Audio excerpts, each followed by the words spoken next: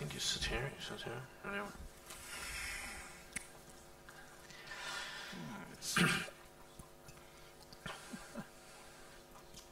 Good afternoon, ladies and gentlemen, dear friends and colleagues. My name is Bobo Lowe, and I have the great pleasure to moderate what I'm sure will be a most interesting and stimulating debate about one of the great topics of our time, the ongoing crisis in relations between Russia and the West. Now, to discuss this subject, we have a very distinguished panel. Let me briefly introduce them. Closest to me is Ian Brzezinski, the Senior Fellow at the Atlantic Council and once Deputy Assistant Secretary Defense responsible for NATO and Europe policy under the George W. Bush administration.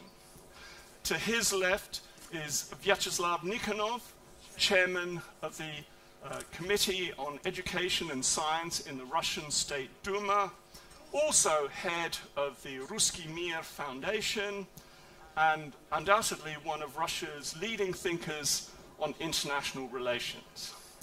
And at the far end is Tomasz Walaszek, Director of Carnegie Europe, and previously Slovak Permanent Representative to NATO, and before that, Director of Foreign Policy at the Center for European Reform, where I had the great honor to be one of his colleagues.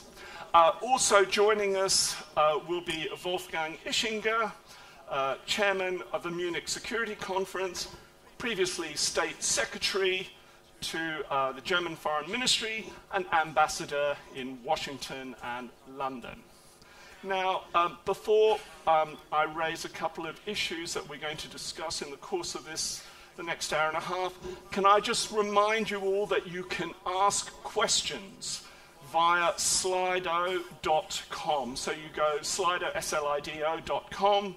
The event code is GLOBSEC 2018, and you are in the Danube space. Oh, welcome, Ambassador. But please keep the questions brief. Now, there's no doubt today that relations between Russia and the West are worse than at any time since the end of the Cold War. In fact, some people say worse since the 1950s. The air is thick with mutual recriminations and condemnation. And really, we could rehearse many of these themes, but I prefer not to. Our purpose today is not to debate whether we are in the midst of a new Cold War or a hot peace, to apportion blame, to indulge in lofty speculations about who is on the right or the wrong side of history. Instead, our focus will be very much forward-looking and practical. And specifically, we will address two large questions. First, what hope is there for any movement out of, or even slight relief from, the current deep crisis in Russia-West relations? Or are we doomed? Are we doomed to an ever-worsening spiral of confrontation? And second, what steps should we attempt, both separately and collectively, to avert the seemingly inevitable course of events? There's a lot of talk these days about engagement and on the basis of common interests. But what exactly do we mean by engagement? What do we mean by common interests? And what can we do to give substance to the pious, the worthy, but often utterly meaningless sentiments about dialogue and cooperation? So to get things rolling, I'm going to turn to you, Vyacheslav Alexeyevich, for some brief remarks about just nice and short, and then we'll sort of swing it around various people and hopefully have a nice, snappy debate. Vyacheslav Alexeyevich. Thank you, Bobo. It's a pleasure for me to be here again. I think the West can relax. A year ago, we were here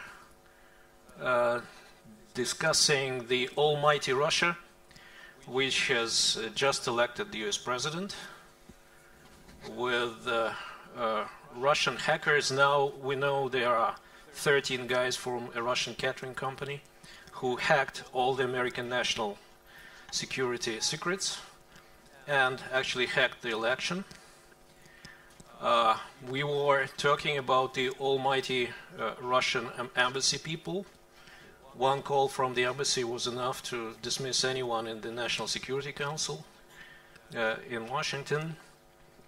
That was an almighty Russia with very capable special services capable of doing anything on earth.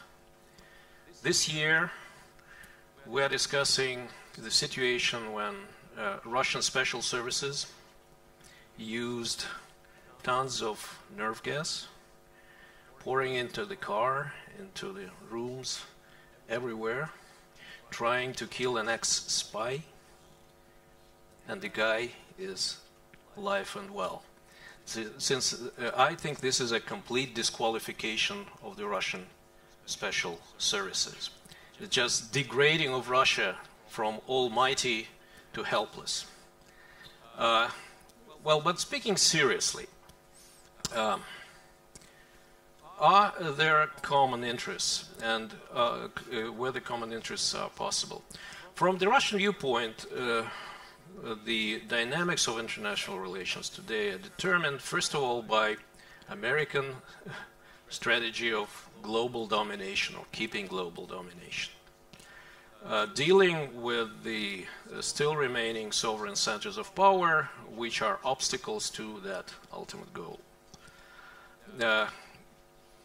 Can there be common interest in this process? I doubt that. Of course, Russia is not interested in American global domination, and America is not very much interested in the might of Russia or even its existence. And that means that the dynamics are not very optimistic. At the same time, we've got some experience of looking for common interests and even doing something which our Western colleagues want us to do. Actually, to end the Cold War, the Soviet Union and the Russian Federation did whatever the West asked for. And actually, the outcome was that the West came out to the conclusion that Russia just lost the Cold War because of the Western pressures. And this is the only strategy that works. Be more aggressive against Russia, make concessions which are regarded as success of the West and expression of Russian weakness. So right now there is a clear understanding in Russia that whatever concessions to the West are just counterproductive. They don't work, and they give a feeling to the West that Russia is weak, and weakness, of course, is welcome for aggression. Now, about common values and common interests. I think we have, speaking generally, as a humankind, of course we have, all our interests are very common. Definitely, as we're talking about the human rights and the values, I don't think there are basic differences in the value systems of Russia and the European Union, the United States. The values of democracy, human rights, freedom of expression, they are well grounded in Russia, much more than you would expect. I don't think there is really much difference now between Russia and the rest of Europe in that sense. But of course we have our own value system, which is somewhat different. It's different in terms of faith, it's different in terms of family values, it's different in the sense of sovereignty concept, which is still important for Russia. So there are similarities and there are differences. Of course, we're all interested in the well-being of our nations, and we are working for strategies for the development. So for Russia now, the idea of getting closer to the West or whatever, being less confrontational, is to start talking. The problem is that it is really hard to find a counterpart for the discussion. Anyone in Washington who says he wants to speak with Russia is in trouble. And everyone who starts talking with Russia is in real trouble. They are accused as being, Russian agents and so on and so forth, and they lose their jobs. I think dialogue is absolutely essential. If we not find common interests, strategic interests, we can find common ground on many issues on the rational basis and go ahead. We just need to start talking. And this dialogue is just non-existent. We don't have any counterpart. And this administration is not the most professional, as we can see, as far as Russian affairs are concerned. What are Russian strategies these days? Actually, Russia is not in a foreign policy mood. Actually, the program which Mr. Putin put forward for his second term is very inward-looking. It is a strategy of the new breakthrough in the development of Russia. We are going to increase the GDP per capita by 50% in the next 6 years, increasing investment heavily in health, education, welfare, science, and human capital in general, cutting expenses on defense, putting more emphasis in qualitative measurement of our military might, since quantitatively we cannot match with the West.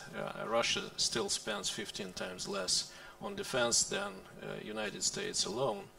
But qualitatively, we can compete quite well in this sphere, especially in the sphere of strategic deterrence, which is the great equalizer of all our factors of might. So Russia is going to present itself not as someone who wants to become part of the Western world, which was the purpose in the early 90s, for example. Russia is not going and is not a periphery of Europe. Russia is a center of Eurasia. Russia is a Euro-Pacific power, which will be looking for allies and successfully doing so, which has got used to living under sanctions. Actually, Russia has been under one or another type of sanctions for centuries. Russia has restarted growth based mostly on its domestic resources, finance, intelligence, and actually is in a mood to move forward. But at the same time, we are not ignoring the West. We understand that the sanctions are harmful, but there is not a thing I think Russian government is prepared to do to please the West just in order to please it. So, Vyacheslav Alexeyevich, I wanted to butt in, if I might.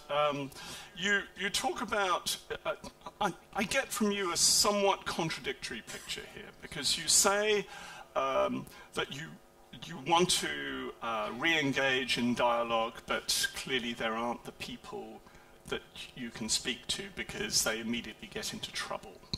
And yet you also say that the US is hell-bent on global domination. So, I mean, it strikes me that you're already perhaps going into it with a preconceived idea, oh no, they don't want to talk to us anyway. Because they have this extraordinarily ambitious global agenda. And that's a picture that I find difficult to recognize, because in some ways I see the Trump administration as much less globally ambitious than, say, a Clinton administration might have been. There's no idea of proselytizing American or liberal values here.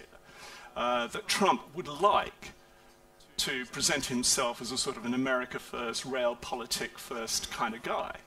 So I find it difficult to see how you wouldn't be able to at least find some things to talk about. Yes, you won't be able to talk about everything, but the fact that you had, for example, 3 Russian intelligence heads going to Washington in February, clearly they were able to talk to some people about some things. So might there not be scope for at least some level of selective cooperation and selective dialogue? Actually, this idea of American global domination is not something new. It was. But do you think they're pulling back? It's around. No, it's just around for decades, and so no difference between Trump and Clinton. At times it prevented the dialogue. At times it stimulated the dialogue. Right. Depends on how Americans view the best way to promote their global domination, and sometimes that means we had détente. Yeah. We had reset. Whatever, you know, it depends. Of course, Americans are not just, you know, globalistic, they're also pragmatic at times. The problem with this administration that it came out during the election, you know, when we actually managed to promote the president for the United States, if you believe it. You know, Trump was speaking about the possibility of improving relations with Russia. But then there was a Trump hunt. And of course, Russia was at the center of that, of the efforts to destabilize the Trump presidency and Trump administration. And so Russia and Trump became targets at the same time, and by the same people, you know, who were targeting Trump and Russia. So it made it almost impossible for him doing anything positive in the Russian direction.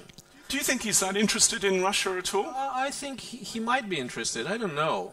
He is definitely more interested in investigation of Prosecutor Mueller than in anything else, I think. And Russia is not on the positive side of his agenda anyway. Besides, this is, I would agree, it's not a very foreign policy-oriented administration. It's very much Make America Great Again administration. But that means also that there are not so many real foreign policy experts in administration. There is a lack of expertise there. Okay. And there is a lack of people who are interested in the relationship. I think you'll have a good chance to talk with Mr. Nebenzia, who is here, our representatives in the United Nations, and who is dealing with Americans. And I was amazed hearing from him that our best hope in Russian-American relations now is John Bolton. An interesting. Who used to be regarded because he still remembers something, you know, about international relations. Let me switch the discussion now to Wolfgang Ischinger. Vyacheslav Alexeyevich said that there's not much difference today between Russia and the rest of Europe. Would you care to comment on that?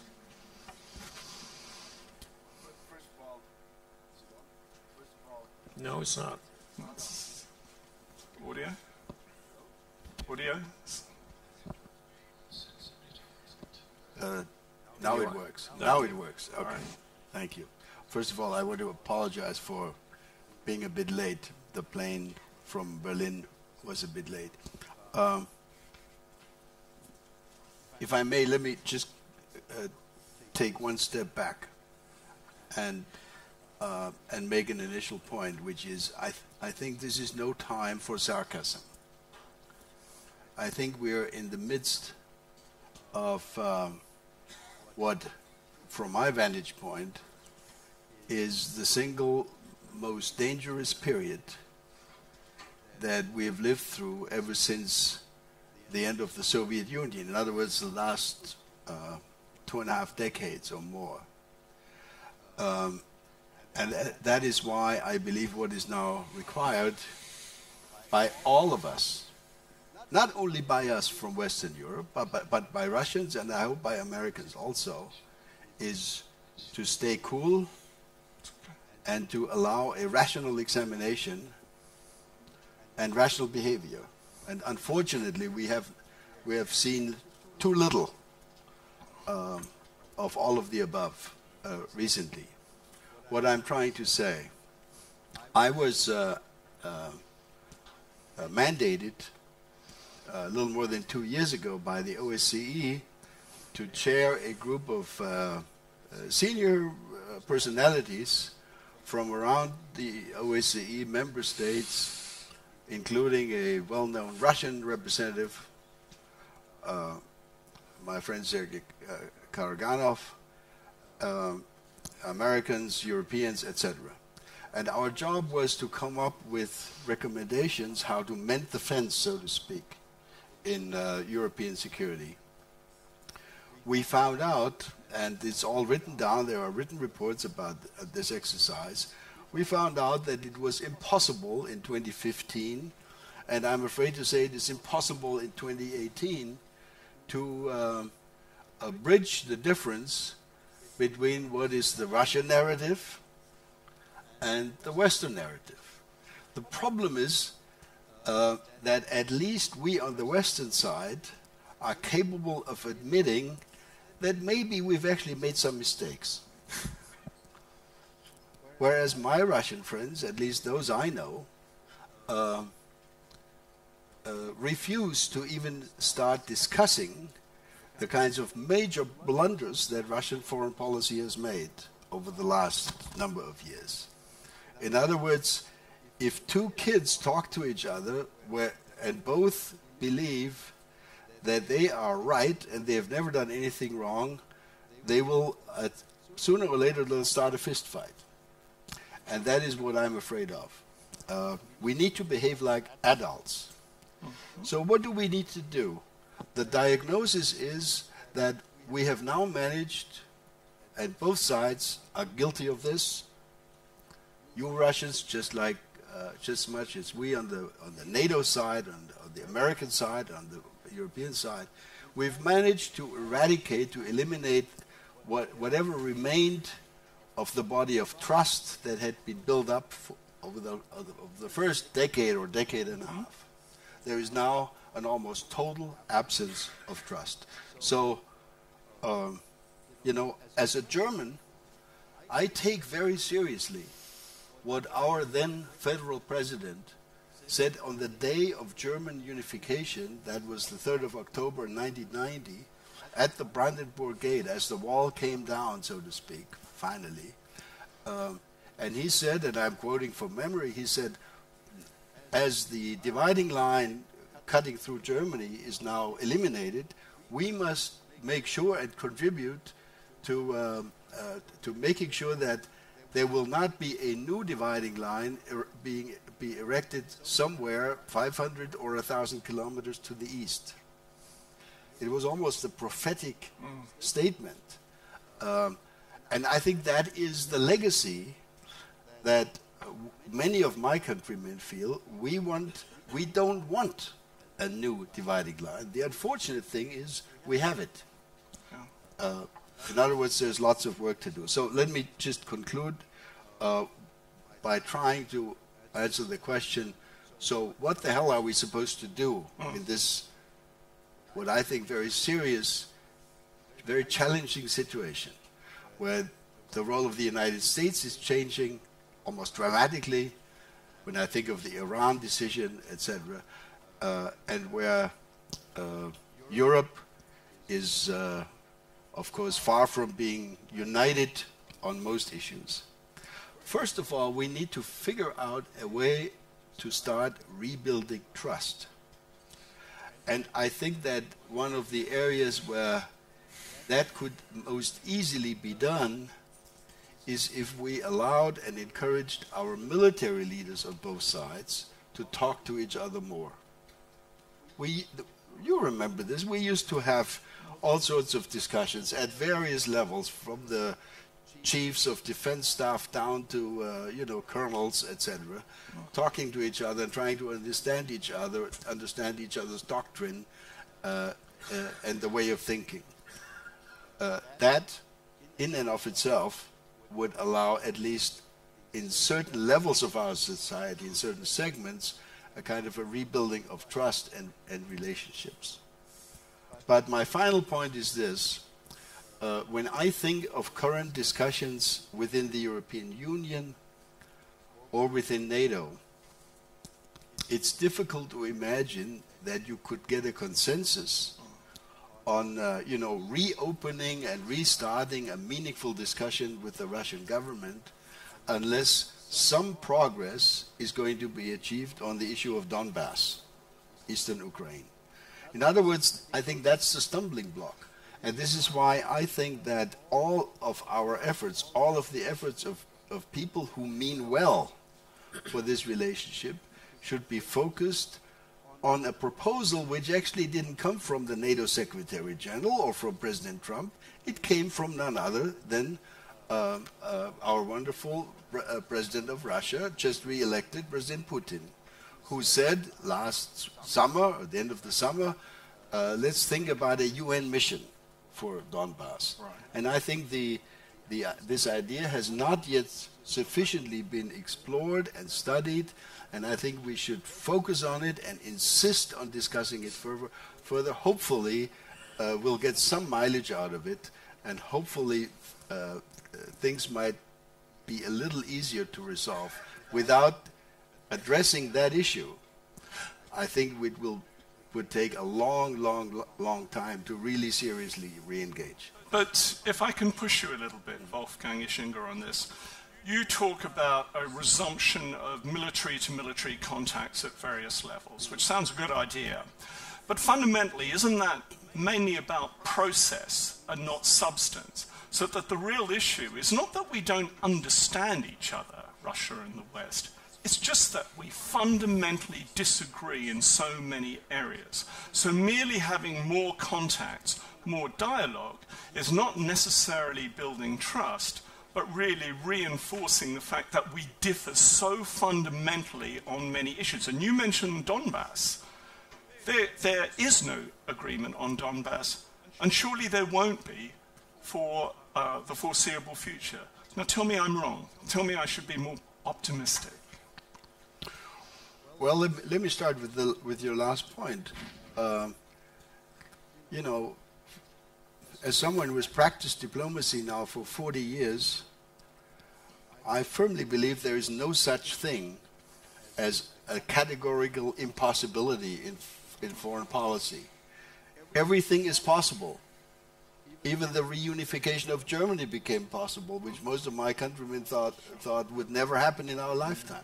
So I don't believe for a moment that there cannot be a meaningful, rational settlement with face-saving solutions to Russians, Ukrainians, and everybody else on Donbass. This is not an impossible task. Are we talking about as part of some larger grand bargain, or as sort of a selective, tailored solution for Donbass?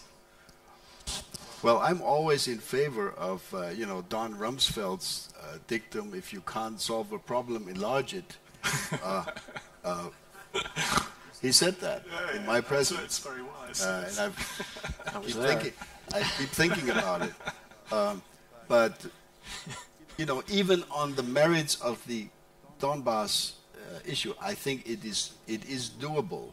It is doable. At least first steps will be doable. I see no reason why, if Russia is willing to play ball on this, why we couldn't convince all the participating players to actually implement a meaningful and lasting ceasefire. I mean, this is not beyond the powers of humankind.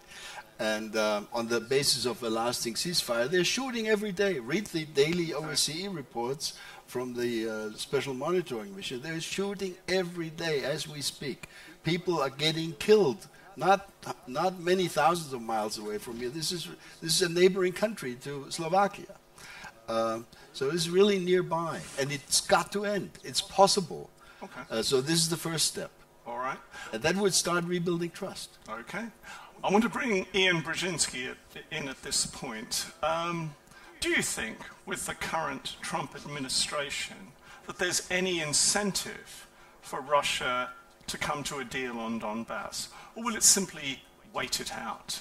It'll assume that Trump's not that interested in the region, the Europeans will become divided again, as the Slovak president said. They'll pursue their own selfish interests at the expense of broader European security. So all Russia has to do is wait it out.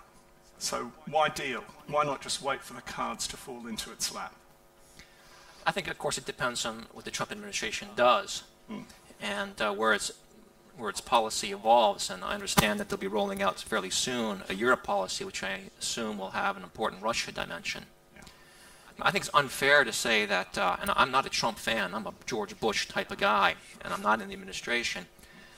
And it even pains me to say that when you think about the administration's Russia policy, it's actually pretty good. It's more robust than the previous administration's policy, and even, I would argue, in the administration that I served. I mean, there are more sanctions. He's moving more forces into Europe to deal with Russian aggression, to reinforce the alliance's frontier, and the list goes on. And actually, he has a cabinet, his second cabinet, you could say the new cabinet, is more rapidly transatlantic in character than the first one. But what's the Trump administration going to need to do what you talked about, to get the United States and Russia to focus on what could be a common agenda? And there's a big common agenda out there. Okay. I think back to what Wolfgang was talking about in the 90s, when we were talking about the prospects of Russia and the United States combating together terrorism, the proliferation of weapons of mass destruction, and increasingly sophisticated weapons technologies. You can add to that the rise of China today, which should be a common U.S.-Russia concern. But we're not going to get there until the United States, until the West, I think, does two things. First, we're going to have to recognize clearly, and I apologize for violating your principle of not going back into history, but if you want to do the right thing going forward, you've got to look back where you came from. And the fact of the matter is that we're dealing with Russia as a revanchist actor bent on disrupting the liberal international order that has brought peace and prosperity, not just to Europe, but to the whole world. And the list goes on. Invasion of Georgia, invasion of Ukraine, energy embargoes, military provocations, challenging of European national airspace, sea space, submarine incursions, nuclear threats, massive exercises, and the list goes on and on and on. We have to recognize and come to terms with that. And then second, and I think the Trump administration actually may be on to this. We'll have to see. But we have to recognize that the incrementalism and hesitancy of the West's response to these acts by the Russian government, by Putin, haven't deterred Putin and his revanchist ambitions. They've actually emboldened them, given him cause to believe he can accomplish this. I mean, look, it's 10 years since the invasion of Georgia, and Russian forces still occupy parts of independent Georgia. That's wrong. Just yesterday, I think it was yesterday, Putin crossed the Kerch Bridge into occupied Crimea. I think it was fitting that he drove a dump truck because it showed what kind of trash he's bringing to Crimea and to the Western order. I mean, bad choice on his part in terms of PR. The point I'm trying to make is that only a more forceful military posture, more severe economic sanctions, not pinprick sanctions, but sectoral sanctions, a more determined support to Russia's civil society is going to yield change in Russia's role as an international actor and increase the prospects for actually a common agenda to become the characterization of Russia's relationship with the West. Now, getting to your point about communications and constructive engagement, I think that can be helpful. It can be useful. It has to be practical. Wolfgang talked about one area, military-to-military engagement for military deconfliction, be it in Syria or the increasingly militarized Central European front. Arms control, I think, is useful. And not just old nukes, but looking at together some of the new weapons that are coming online in cyber and hypersonic missiles and that sort of thing. The Arctic is another area that we could be talking about. They don't have to be necessarily agreements, but discussions can help breed trust and maybe even practical cooperation. But we have to remember that communication and cooperative engagement in these areas alone is going to be insufficient.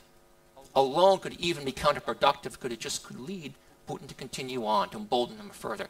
It's going to have to be complemented by a more determined leveraging of the West's political, economic, and military advantages. Let me put to you a proposition, Ian. That Donald Trump, in a year, has done more to damage the liberal international order than Vladimir Putin has even attempted over the last 2 decades. So I wonder about this. I wonder whether, when you have a president who makes pretty clear his contempt for the notion of a liberal international order, why should anyone else listen? I mean, you mentioned the toughening of US policy in a number of areas, and I agree. If you look at the national security strategy or national defense strategy, they do specifically talk about a revanchist, revisionist Russia. And yet, in Donald Trump's 2-page forward preface to the national security strategy, he doesn't mention Russia or China. He talks about North Korea and Islamism. So the impression that we get, sitting outside America, is that in fact there are 2 US policies going on. There's the administration, Congress, whatever, and then there's Donald Trump. So, and then you also have sort of tangible actions like the withdrawal from the JCPOA. So people look at this and say, exactly who is revising the liberal international order? Who is breaking agreements? Now, again, tell me I'm wrong. Maybe I'm being a bit tough here. Bobo, I really don't like it when you put me in a position to defend President Trump. To say that the Trump administration has done more damage to the liberal international order than Russia, or President Putin specifically, I can't understand what the rationale for that would be. I mean, it's been unhelpful to have Trump's tweets. I don't like his America First mantra. I think he's made mistakes in attacking the EU and disrupting some trade agreements, which are part of that part of the fabric of the international order. But as far as I know, Trump hasn't invaded another country or 2 countries. I don't think U.S. forces have gone over and challenged the airspace and sea space of neighboring countries. Best to my knowledge, we haven't issued any nuclear threats except against North Korea. But then again, North Korea was issuing nuclear threats against the United States. So that's just an unfair assertion. All right. Tomasz, I'd like to bring you in at this stage. As a transatlanticist from way back, where do you see how do you see the transatlantic consensus evolving in response to the challenge that Russia and others place? And whether you also see that there's a possibility for the transatlantic consensus and alliance to work as a consensus and not just individual players trying to interact and deal with Russia?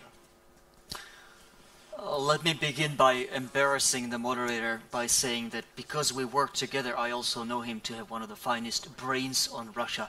So, Bobo, it's in many ways unfair that you are standing there and I'm sitting here. I hope you play more than a role of a moderator who moves the debate along, and I hope you weigh in with your own views on Russia, which I know to be well underwritten and long studied. Western transatlantic consensus on Russia, so far so good. Ian could have said, he didn't say, that there's a real substance to President Trump's Russia policy. It's not just that the national security strategy says all the right things about the importance of alliances and the importance of deterrence. It's that the United States has put real money behind it. The amount of assistance that the United States spends on deterrence and U.S. troop presence in Europe has quintupled, actually more than that, under the present government. The amount of forces that have been deployed to Europe for the purposes of deterring Russia has increased exponentially. We used to have no main battle tanks, American battle tanks in Europe a few years ago.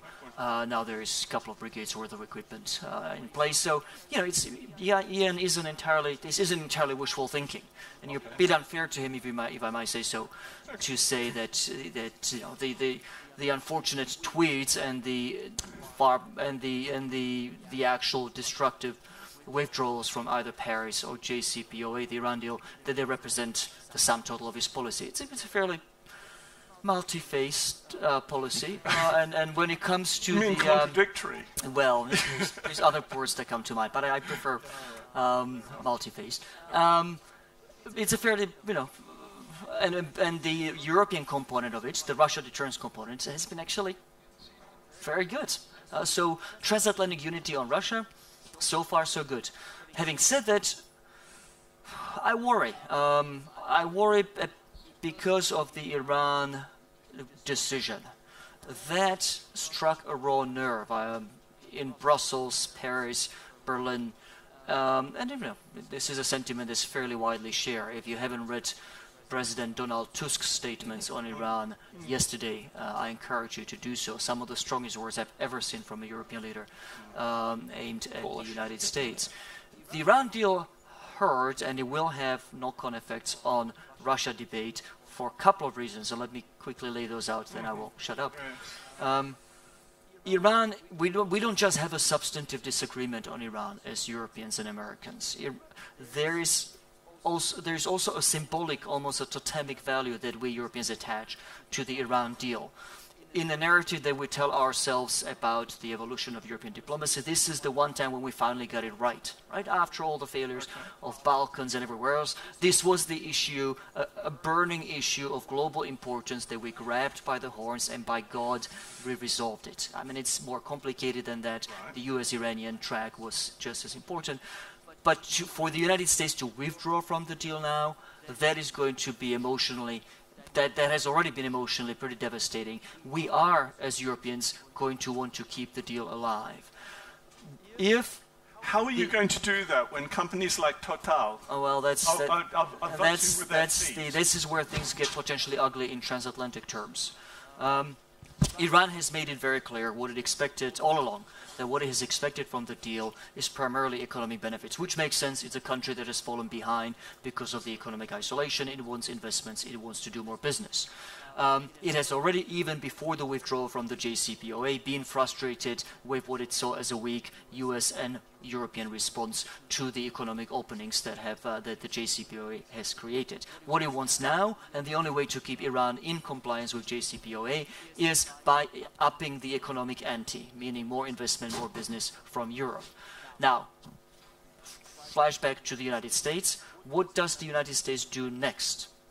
We know what the United States doesn't want. It doesn't want the JCPOA. It has decided to withdraw. We don't know what it wants to do next. Is President Trump done in some ways? Has he ticked the box? We have withdrawn. I have fulfilled the campaign promise. Unlike other presidents, I do as I said on the campaign trail. And therefore, he doesn't care whether the Europeans expand their business with Iran. Or is the United States going to be serious about pursuing regime change in Iran via ratcheting up the economic pressure on it? If it's the latter, then the United States will regard the possible expansion of European trade with Iran as going completely contrary to U.S. interests, effectively undermining U.S. policy on the issue. If that's the situation in which we find ourselves, it's going to be increasingly difficult to separate the Iran dossier from all the other dossiers in European eyes. We Europeans will increasingly, the Atlantics in Europe will find it increasingly hard to make the argument that this is a relationship we ought to cherish, because we could be looking at a repetition or at a transatlantic tension even worse than the 2003 around the Iraq War. But Tomasz, it's not the issue that European governments are necessarily cowed by Washington. It's that European companies are cowed by Washington. So you have a state of affairs on the ground. And meanwhile, watching from Moscow is the Putin regime says, we don't need to do anything. There's nothing we have to do. We just need to just sit there and let it erode. And maybe it'll take a bit of time, but it might not take that much time. So can I just get a quick response from you to that before I open it out to the audience? Sure, you're right. And the Russians are not wrong. The debates I have had over the dinner tables in Paris and Brussels the last 48 hours, you begin to hear the A word, the accommodation word. Perhaps we are closer, after all, to Russia than to the United States on how the international order should work. Frankly, I think that's insane. The real difference is the fact that we find ourselves further apart from the United States than we have been in the past few decades doesn't make us closer to Russia on this issue. I think Ian was eloquent and spot on in his defense of the things that continue to bind us despite the difficulties. But the reality is, emotionally, the Iran deal has had the effect of making some sort of arrangement with Russia more attractive. As incredible as it sounds and as self-defeating as it would be, that is sadly one of the side effects of the decision to withdraw from JCPOA. Thanks very much, Thomas. We have now about 40 minutes for questions from the audience. I'm going to take them in threes. Now, for this to work, I need you to do a couple of things. I need you to introduce yourself very briefly. I need you to make it a question and not an intervention, please. And please, no multi-part questions, just one-part question. Sir.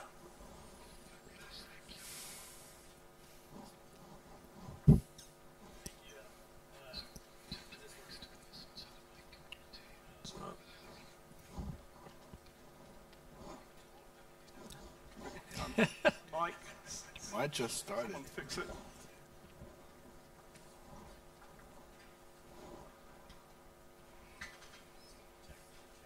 No. Check. There we go. Thanks. John Hudson with the Washington Post. Question for the chairman. Trump invited Putin to a meeting at the White House several weeks ago, but there's been no progress on topics. They haven't scheduled anything. How is this viewed in Moscow? Why is this meeting not happening? Does the Kremlin believe that Trump was sincere, but that his cabinet has been slow rolling this? Or do you believe that Trump wasn't sincere? And if I could just, for Mr. Brzezinski, you noted that the current iteration of the Trump cabinet is more rapidly transatlantic. I'm just curious, this is the same cabinet that is threatening sanctions on European companies that do business with Iran and imposing tariffs on steel. Do you think European leaders view this iteration of the cabinet as rapidly transatlantic? Sorry for the two-part apology. Okay. All right. Gentleman there with a mic. Yes, thank you. Roland Freudenstein from the Wilfried Martens Center for European Studies, proud co-sponsor of this conference. And I have a question to Wolfgang Ischinger, from German to German, so to speak. I'm exasperated looking at the German attitude not only to defense spending but to the military in general. I mean, I know where it comes from, but in the context that we just discussed, how can it be this strongest, the richest, the biggest member state of the European Union, our tanks don't fire, our ships aren't seaworthy, and we pride ourselves of not having been part of the Syria operation a couple of weeks ago. Burden sharing is a huge part of the transatlantic crisis that we're in now. I mean, how can it be? What can we do to change that in Germany? And finally, gentleman with a mic there. Peter Havlik from Vienna Institute for International Economic Studies. Thank you for a very interesting panel. I have a question to Mr. Nikonov regarding this inward-looking Russian development strategy and, let's say, trade reorientation from the West to the East and import substitutions and all these things. Do you think that there are chances for a success? I would be very skeptical because the forecast growth are less than 2% for next couple of years, which means that Russia is falling behind not only China but its peers in Central and Eastern Europe. I would be very much interested in your answer. Could I just clarify your question? Are the chances of success for an expanded relationship with this Europe, new with development strategy announced by President Putin? Gotcha. Right. Okay. Vyacheslav, I think you have I've got two questions 1 and 3 here. So. Well, President Trump, yes, he made an invitation to President Putin. It was welcomed in Moscow. But usually when there is an invitation, it is followed up by some staff work. So the invitation was not followed by anything. So there was no follow-up to that. So it's just a phrase. And it looks like it's more or less typical for this administration. They say something, and the rest of the world is just guessing what they mean to say, and that's exactly the case. Why there is no Russia-U.S. summit? Maybe because from what we heard from the panel that everyone is happy with the U.S.-Russia policies. There is just more sanctions, bring more military to the Russian border, and actually that's it. What else should be done? Of course, I don't think it will work in any sense because it's regarded. Russia will not do a thing under pressure, a thing. And of course, the only result of sanctions is not the weakening of Russian economy, which I think is also the case, but the growth of anti-American sentiments in Russia. And when Mr. Brzezinski says that there is a prospect for supporting Russian civil society, there is almost no Russian civil society left which is pro-Western because of those sanctions. Boba knows that pretty well. There is no chance for any pro-Western opposition in Russia these days because of sanctions and because of the American and European militaries approaching our borders, because it is regarded as a direct threat to Russia, including military threat. Vyacheslav, can you as for the question about the development and the chances for that, I think the chances are pretty good. I think Russia was developing slow, mostly because of the Russian government policies, not because of the sanctions or anything else. There are quite a few factors which are now changing the dynamics. First, the strategy. There is a strategy of growth, not just a strategy of survival, which was from the beginning of the sanctions. Secondary, oil prices, thanks to our American friends, are quite high, and they're going to grow. More sanctions on Iran, more recognitions of Jerusalem as capital, and other things which would contribute to oil prices. That helps. China. China is not a problem for Russia. China is a chance for Russia, and we are now trying to catch the winds of Asia into the Russian sails, as Putin says, and that's what's going on. We were talking about the energy projects, Russia-Europe energy projects, and the problems there. Russia-China energy projects will surpass European projects quite soon. And not just energy. Asia is the driver of global economy, not Russia, not the West, not the United States even. It's China and India which are driving the global economy, and Russia is part of and will be part of that growth. Tomasz. And enormous investment in human capital, which is planned in this sphere: science, education, as I've said, digitalization, digital economy. There are now 58 bills related to digitalization of the Russian economy in the legislative pipeline of the Duma. So these are the things we're working on, and I think Russia has pretty good chances of really fulfilling that goal of 50% growth in GDP per capita. Before I turn to Wolfgang Ischinger, Tomasz, did you have a two-finger? Very briefly, and I don't normally do this because I don't believe in getting into tit-for-tat exchanges. As Wolfgang said, the situation is far too serious and we ought to be focusing on moving forward, but we need to be proceeding from a common base of fact. I want to address the caricature of the West as not willing to talk to Russia. The reality is the NAC table, the NATO table at which I used to sit for 4 years. During the NATO-Russia councils, the Russians sit next to Slovaks. So your previous ambassador used to sit next to me for 3 years, and we had a good, cordial relationship. That chair has been empty for the past 6 months because the Russians have not nominated a new ambassador. So the caricature that you are trying to reach out to us and we're not responding just doesn't correspond to any reality as I see with my naked eyes. The Russians experts do travel to Washington, they do engage with national security representatives. The open offer from NATO is there, it isn't taken up with Russia. We do got to start with taking it up. No, each time we had conflict in the relationship, the dialogue was frozen by NATO, not by Russia. Come on, let's keep some order here. Wolfgang Ischinger, please, your answer. Okay. Well, actually, we've got freedom of expression in Russia, you know? The question that was addressed to me was about defense spending, but let me just add a footnote to the issue that was just raised.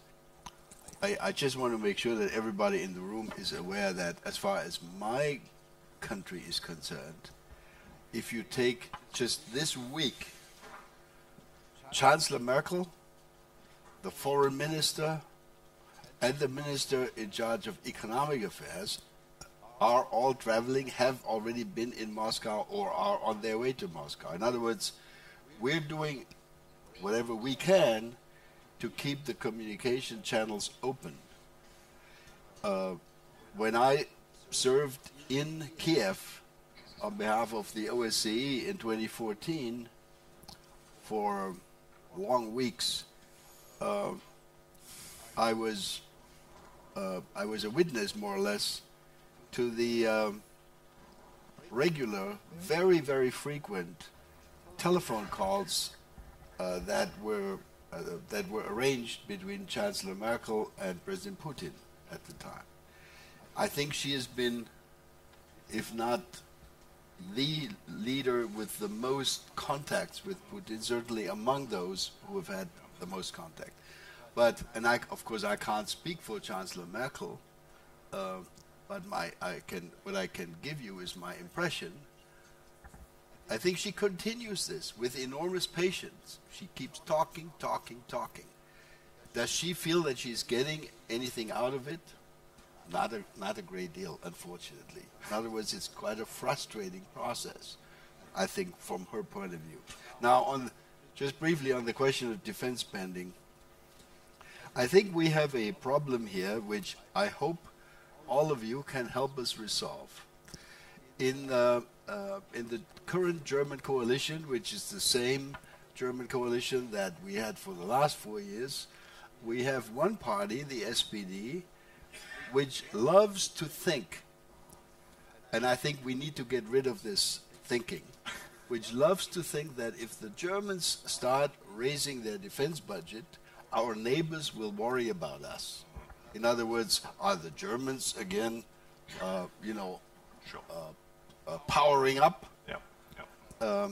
And I think it's been extremely helpful already in recent debates that people like, for example, former Polish Foreign Minister Radek Sikorski, in a major speech in Berlin, said, "I actually worry more about German inaction than about Germany becoming a slightly more active participant in trying to manage this crisis." So I am as frustrated as you are. I think Chancellor Merkel will make it happen. She said in the German Bundestag yesterday that she feels committed to the 2% goal we agreed back in Wales a few years ago. But I agree with you, it is sad, and it doesn't, of course, help German credibility if it's such a terribly difficult process to get this going. Okay. I want to move to the next round of questions, but Ian, you had a two-finger comment. Yeah, I want to answer the question. All right. Let's see. But let me just hit 3 points because I touch on it. I'll be real quick. One, just on JCPOA, I completely agree with Tomas's assessment. This was a foolish mistake by the administration. There was no need to break it because what they needed to do to deal with with Iranian aggression could have been done with the JCPOA player. But the Europeans have misplayed this. They just whined and complained, no. They could have come back and said, hey, we'll work with you in dealing with Iranian support of terrorism, Iranian misbehavior in Syria and that sort of thing. I thought but they never did. I thought they say they have. I mean, if you know what they've offered. They insist that they have come to Washington with the precisely only person that line. who's come over that I know of is Macron, and there wasn't much specificity to it. Oh, okay.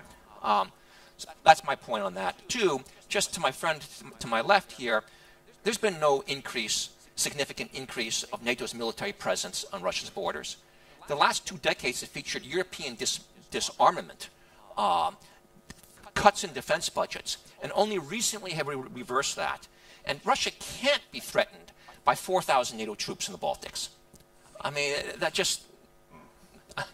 you must have a really weak military if 4,000 troops spread over 1,000 kilometers are a territorial threat. Point on Trump and transatlanticism. Again, I'm not the biggest Trump supporter, but you got to look at the facts. $6.5 billion in European deterrence initiative request for 2019. That's triple what Obama had. They're bringing in a second armored brigade combat team into Europe. That's a significant deployment. The Chief of Staff of the Army is talking about increasing U.S. military presence in Europe. This president, who ridiculed NATO during the campaign, is now agreed to host a new NATO command down in Norfolk, the new Atlantic Command. He's pushing NATO to have more aggressive rules of engagement in NATO against Russian aggression. Look at his second cabinet. Pompeo, committed transatlanticist. Mattis, committed transatlanticist. Bolton. Go back and look at the Weekly Standard in 2014 when Bolton criticized the Obama administration for its weak response to Russia's invasion of Ukraine. You can argue that this is the right or wrong, but it reflects Bolton's thinking about NATO. He said if NATO had given Ukraine and Georgia the membership action plan, they wouldn't have been invaded. That's a reflection of confidence in the importance of NATO rather than being dismissive. All right, Ian, thank you. Sir, gentleman over there with the mic in front row. Hi, Bart Shevchik, an advisor at the European Commission's European Political Strategy Center and previously at the U.S. Department of State Policy Planning Staff. Thank you, first of all, for a very frank and insightful discussion. A question on sanctions, primarily to Mr. Nikonov, but to the rest of the panel as well. If you look at the last figures on defense spending in Russia, there was, at least according to SIPRI, a 20% decrease between 2016 and 2017. But at the same time, the amount of the federal budget spent on defense actually increased quite dramatically over the past few years. And so what that tells me, at least, is that the Python strategy of sanctions against Russia is starting to slowly work in limiting the overall pool of Russian military sources and its ability to do damage abroad. And so the question for you is, to what extent are those figures accurate? To what extent is the Russian military feeling a squeeze as a result of the overall economic sanctions and pressure on the economy? Or is there something that we're not catching in the figures according to SIPRI? Gentleman there in the middle, can you get the mic to him? Yeah, just behind there, right? Great, please. Okay, I'm Gao Fei from China Foreign Affairs University. I have same question to Mr. Brzezinski and Nikonov. I think U.S. and Russian relations are so important. Two big powers relations is very important for the better world and the better regional world order. My question is, how do you think, we have a lot of problems. What is the key to have better relations between U.S. and Russia in the future? I want to follow that with a question online.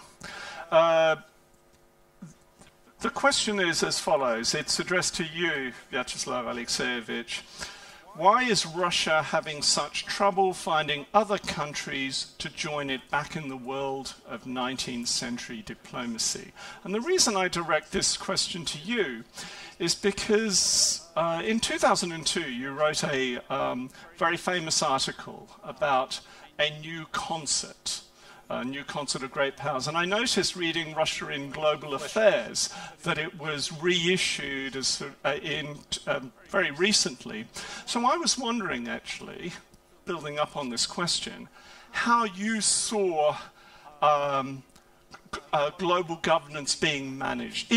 Are we seeing a de facto, no one would be rude enough to call it a real concert, but are we seeing a de facto concert of great powers? I noticed your colleague, Sergei Karaganov, talking about three great sovereign powers, the United States, Russia, and China. So it sort of implies that this is a tripolar world with little bits added on, where international institutions provide a veneer of legitimacy and smaller states do as they're told.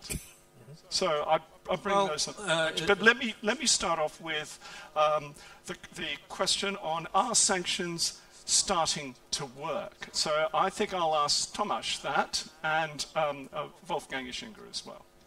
I don't necessarily agree the purpose of sanctions was as focused and targeted as you suggest. I mean, I don't think it has occurred to the drafters that the real purpose, the reason we are putting the sanctions in place is because we want a few years down the road Russia to have less money available for defense. I think the idea was more elementary and simple, twofold. One, punitive, and just as when you get pulled over driving drunk, you get a fine that doesn't undo what you have done, but it actually establishes that there is a penalty to be paid for breaking international law, and yes, annexation of Crimea and the invention, financing and arming of the insurgency in Donbass was a violation of international law, so a penalty had to be paid. B, deterrent effect. It raises the price in the eyes of that who might be tempted to do something similar again in the future.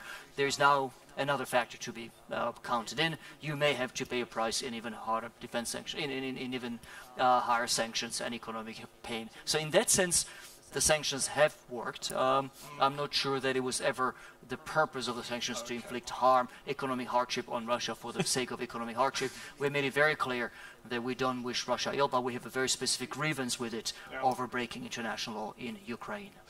Wolfgang Ischinger, would you like to come in? I totally agree, but so really I have very little to add. Let me just add a kind of a philosophical point. Sanctions have never been, and I don't remember a single case where they might have been a panacea. In other words, sort of the perfect patent solution to a problem. We diplomats usually come up with sanctions if we don't have a better idea, or when we come to the conclusion that we can't go to war about this, and just issuing a condemning declaration is also not good enough. So then, maybe sanctions. So I think it's important that we remember that sanctions are mostly an imperfect instrument, and they should be reviewed regularly, which is what we do. And I totally agree that in this particular case, the deterrent effect was much more important than the possible effect of doing real damage, which was not really the intention. Last point. I remember in 98 or 99 when India and Pakistan had started exploding their nuclear devices. We had a debate among the G8, should we not impose sanctions against India and Pakistan. And in the G8 group, we had invited as a guest of honor for a dinner discussion, Dr. Henry Kissinger, who came and shared his thoughts with us. The Russian colleague was there with us. And Kissinger said at the time, look, the United States of America in '98 had imposed sanctions on practically half of mankind. There were sanctions on China, Russia, Libya, Cuba, and the list was pretty long. India. He said, if we now add sanctions against India and Pakistan, we would probably approach 2/3 of mankind that have been, slapped with sanctions. Probably not a really good idea. And I still remember that. Now, I want to ask Vyacheslav and Ian about how you see, building on the question of the Chinese diplomat, how you see the future of global governance, really. Yeah, sort of like the US-Russia relationship, and perhaps where also China fits into all this. Bob, can I also ask a question? Sure.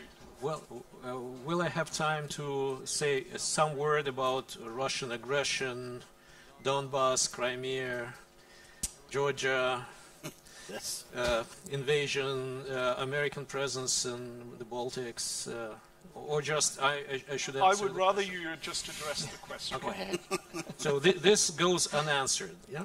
I'm afraid in an hour and a half one can't cover everything. Okay, so, but I then will be very brief by saying one thing. You've maybe heard that democracy is about the will of the people.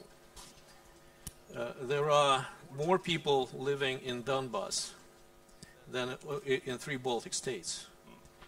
And they have the right to choose their destiny. Right. As well as the people living in the Crimea, people living in Ossetia, people living in Abkhazia, and so on. So what I say is just, you should, if you are discussing those issues, you should also have in mind those people. Okay. And talk to them. Just taken. talk to them and ask what they want, not All right. you want, or some external powers. Now, will you answer the question? Okay, now we go, here we go with the sanctions and its impact on the defense sector. I think sanctions had very positive effect on the Russian defense sector. It's now absolutely self-sufficient. There is no reliance on any components from the West. You know, it's just we are making all this stuff by our own. My constituency is Nizhny Novgorod. That's one of the major centers of Russian defense production, and I can tell you my electorate works perfectly. And without, and they're not suffering from sanctions because, of course, the military orders increased in the budget. The decrease in the Russian military budget is not related to sanctions because the economy in general is growing and the budget is growing. But what we are having in mind now is that we are going to cut the size of the federal government, something what Mr. Trump wants to do, and we agree that the government should not be too big. At the same time, I can tell you, for example, expenditures on education in Russia are much higher than on defense. The defense budget is not very really burdensome for the Russian economy. It's less than 4%, and it will go down because we made already huge investment in the new technologies, and the weapon system have already been delivered. Okay. So for the new round, if needed, we can increase it without any restraints. But I can say the whole sanction thing was quite good for the Russian economy because it became self-sufficient, and we had an outflow of capital before the sanctions. Now with the sanctions we have more of an inflow and more domestic investment going into the Russian economy, which I think is good. Wolfgang Ischinger, you wanted to make two. Just a brief point of disagreement. I mean, I think what you're describing is probably correct with respect to the sanctions imposed on Russia a few years ago. I think the new additional sanctions adopted by the United States are changing the picture significantly. I have had, for what it's worth, discussions with respected Russian bankers and experts of the Russian economy who have told me and others that it is now going to be virtually impossible to reach the goal of continued 2% or above growth for the Russian economy. So I think that the picture gets a little more gloomy because of the additional sanctions. Well, I would call it wishful thinking, of course, but let me just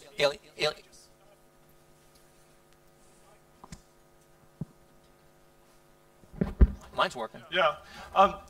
Ian, I just wanted to ask you, the import of the Chinese diplomats question was really that the US... And should I also answer your question? I will come back to you. Your question. Yes, I will come back to you in a second. Just give me a moment. Ian, with the import of the Chinese diplomats question is really that the US-Russia relationship is kind of central to the future of world order. But I wonder whether that's really a rather old-fashioned view, that the US-Russia relationship is not what it was. Obviously, it's worse than it was, but that it really is no longer the central relationship of global order. That is increasingly the US-China relationship. So I'm just wondering whether you could comment on that in your answer. All right, let me quickly hit just three points. All right, one, on Donbass and Crimea, If you go to Donbass and Crimea today and ask anybody, you want to be part of Ukraine, the answer will be no. Why? Because all those people who are Ukrainian citizens who want to be in that country, part of that country, that lived in Donbass and Crimea have either been killed, they've either been imprisoned, they've either been deported, or they've fled. I can say that with authority because I lived in Ukraine for a couple of years. I've been to Donbass many times, been to Crimea many times, and there were no separatist movements there. Not until the Russian invasion began. Not until... Point number two. Point number two. Point number two. And I'll come back to you. Okay. The Chinese diplomat asked, what could be a decisive factor that could sway a more constructive relationship between the United States and Russia? I'd broaden that question to what's the most decisive element that could happen today that could sway or bring about a more constructive relationship between Russia and the West? And I would say it would be a European consensus to apply more forcefully economic, political, and military leverage against Russian aggression. Okay. Why do I say Europe? Because this administration in Washington is prepared to do that. You can see it in the way it's been rolling out sanctions. You can see it on Capitol Hill, where was a resolution calling for increased U.S. permanent presence in Europe. You can see it in its actions in NATO. So the United States is ready, if the Europeans would be ready. And right now, the Europeans lack that consensus to really exercise the leverage that they have. And the question is are the economic sanctions having impact? Of course having impact. We know that Russian growth isn't as high as it can be. But the fact of the matter is, Russia's still in Georgia. Russia's still in Ukraine. Russia's still making threats and provocations against the West. Ian, let's move it on. Yeah. So the point is made. Slava, I want to get back to you. Well, visit Crimea, Donbass, and if you find a single person there who will be interested in getting back to Ukraine, I'll give you a lot of money. Just try to do it. And and that was not before what you call the Russian aggression. Let's move forward. Actually, the switch point was the unconstitutional coup in Kiev, and the kind of government, and of course, the kind of all sort of paramilitaries which were around this government, which threatened the lives of people there. And the will of those people. It was not Russia who arranged that. It was this coup, which was also masterminded by quite a few Americans. Vyacheslav Alexeyevich, we can go into this as for your question, please, let's move forward. We can move. Let's move forward. Well, we've got very little time. And now about your great question about the concert of civilizations and centers of power. I disagree with Karaganov that there are just 3 centers of power: Russia, China, and the United States. I think there are more. The centers of power, the European Union potentially is a center of power. It's a center of economic power for sure. It's not yet a center of political power, but it can be. And Trump is stimulating Europe to become more on its own. China definitely is. India undoubtedly is a center of power with very distinct national interests. Brazil, of course. You see, when I was speaking about the concert, I had in mind something which then materialized in BRICS. Brazil, Russia, India, China, South Africa, all more or less sovereign centers of power. Even South Africa, by the way. With their own vision of the future, with common principles, common values, by the way, including them the values of principles of self-determination, non-interference in each other affairs, diversity of models of development, and so on and so forth. Actually, my idea of the potential concert of the world was the idea of a dialogue which then materialized more or less in G20, including your native country, Australia.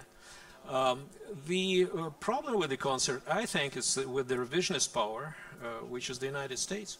Okay. And its aggressions all over the world. You know, America is well known for quite a few aggressions, causing thousands and hundreds and thousands of casualties, especially in Iraq, in Libya, and destabilizing the whole areas. And America is also, as I've said, is for global domination. Not other. Right. Center of power is about this global domination. They are happy to live in a multipolar world where there are many centers of power, which have their own models of development, and not just what is called the international liberal order, which in the minds of the people in the BRICS countries is just a code word for American global domination. Okay. We have nearly 6 minutes left. I'm just going to take 2 very brief questions. Anyone? Otherwise, yes, madam. Very brief. Very brief. Thanks a lot. Hanna Shalast, Ukraine Analytica. I will not address the propaganda of the Russian side. I have the question to Mr. Ischinger. You talked in the beginning that there are topics that you can talk with Russia, like terrorism. But can you talk with those who are supporting terrorism as a state, and the latest interim decision of the International Court of Justice in The Hague about the Donbass partially already supported this idea that Russia can be suited under the cases of the violation convention of the state supporting terrorism. I'm the lady at the back. Hello, my name is Donika Imini, Kosovo.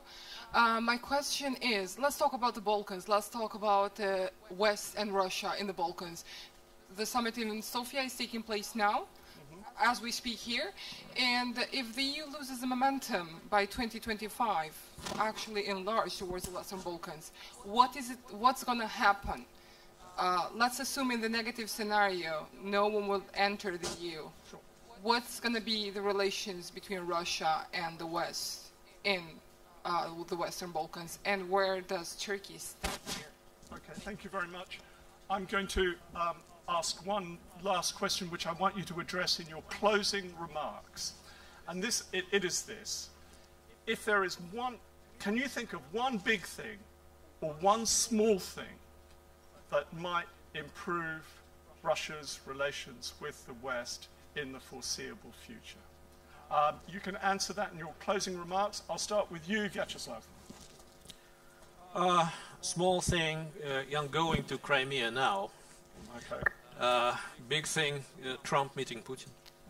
Okay. Trump meeting Putin. All right. Ian. I would start with practical things like I talked about before. I'd begin wider mill-to-mill consultations. I would talk about arms control, look into future weapons. I'd look at the Arctic. I think talking about cyberspace, these might not lead to practical initiatives. Some of them might, but that's kind of first step towards the trust that you were talking about that needs to be rebuilt. Yeah. Practical focus. Okay. All right. Wolfgang Ischinger, please. I think I need to respond to the question first. Yes, please. You know, the sad truth is that if in international diplomacy we only speak to the good guys, we might as well close the shop. I learned the hard way that I needed to spend many, many hours with President Milosevic, who ended up being convicted in The Hague. Do I believe it was wrong to talk to him? No, it was necessary. And of course we need to talk to everyone, even those whose policies we believe are wrong or even criminally wrong. Now, on your question, just very, very briefly, I agree with what Ian said. I think trust building in whichever way would be useful, arms control, Donbass, which I mentioned early on, or any other issues. I also believe that as a European, we will not really get out of the current predicament unless there is a resumption of a meaningful U.S.-Russian dialogue. Europe alone will not manage, even if we, if we consider that our priority task. Okay. Europe alone will not manage to be able to resolve these outstanding issues with Russia alone. We need, as a proactive leader, the participation of the Trump administration, whether we like it or not. Okay. Tomasz, as the representative of the host nation, you have the final word. Well, hardly speaking for the host nation. I'm a private individual. But, you know, what's the one thing that would help improve the atmospherics? Russia ceasing interference in elections and politics of Western countries. Okay. It doesn't work anymore. You can fool some of us some of the time, but not all of us all the time. It's counterproductive, and it's hard to have an adult conversation on the other important things when Russia does something so silly. So that alone would help. Okay. Do we believe Russia is... Thank you very much. Look, just before we thank our panel, ladies and gentlemen, I'm told that refreshments are available just inside the hotel, but you should be at your seats again in half an hour, 15:45 for the next session. Here it'll be on the future of multilateralism. At the same time, upstairs in the Maria Theresa room, the subject will be the global economy, and in the Habsburg room, they'll be talking about cyber wars. Look, I'm not going to even attempt to summarize this conversation, but I hope you will agree with me that if nothing else, it has been stimulating, lively, and controversial. Please, gentlemen, ladies and gentlemen, can you put your hands together to thank our wonderful panelists, Wolfgang Ischinger, Ian Brzezinski, Vyacheslav Nikonov, and Tomasz Walaszek.